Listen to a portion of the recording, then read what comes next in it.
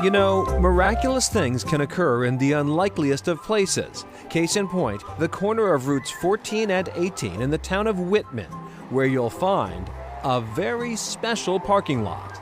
Now, we're not talking about the double-stack Baconator special on this side or the back-to-school pencil pouch deals on this side.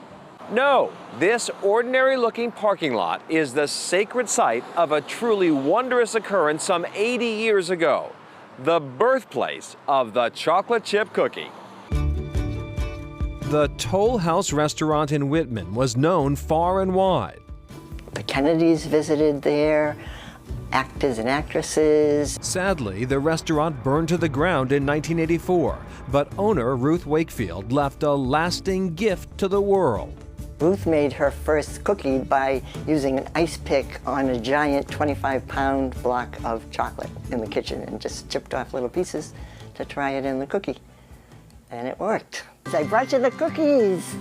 Former Whitman State Rep Kathy Teehan has celebrated Wakefield's achievement with a children's book, The Cookie Loved Round the World. You have given a lot to the world, and it's pure happiness. Whitmanites are justifiably proud of their contribution to the betterment of life on Earth. It was a monumental event for the world, not just Whitman or the country, for the world. So I want to take you to an undisclosed location to show you something. Richard Rosen, a local realtor, shows us a giant cookie fabricated for the 75th anniversary a few years ago. He has a hard time imagining a world without Ruth Wakefield's wondrous creation. It would be a horrible place if we didn't have chocolate chip cookies. It's got to be everybody's favorite cookie. Personal favorites are nothing if not an emotional thing. I discovered it kind of at the end of college when I was going through a rough time. In the slipstream.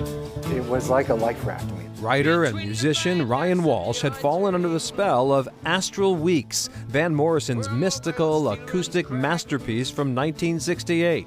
On the back of the LP, a poem by the Belfast-born singer. I mentioned Cambridge, Port Hyannis, and Cape Cod.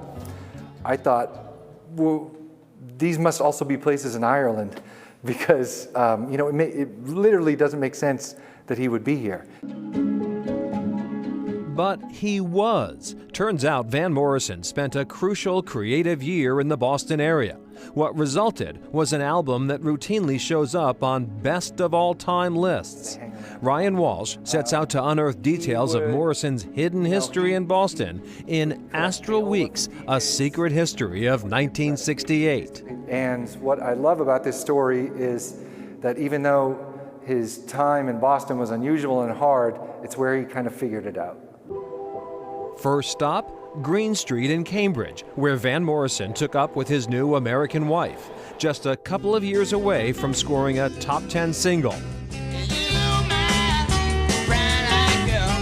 Morrison came here to escape some record company heavies in New York. New material began pouring out. They would put the reel-to-reel tape recorder on, and he would just unstructured let his mind and voice just drift all over the place. Any idea is a good idea in the moment. Morrison got a band together and played all over New England that summer. But Walsh takes us to the spot underneath Boylston Street where that all changed, currently being renovated by Berkeley College.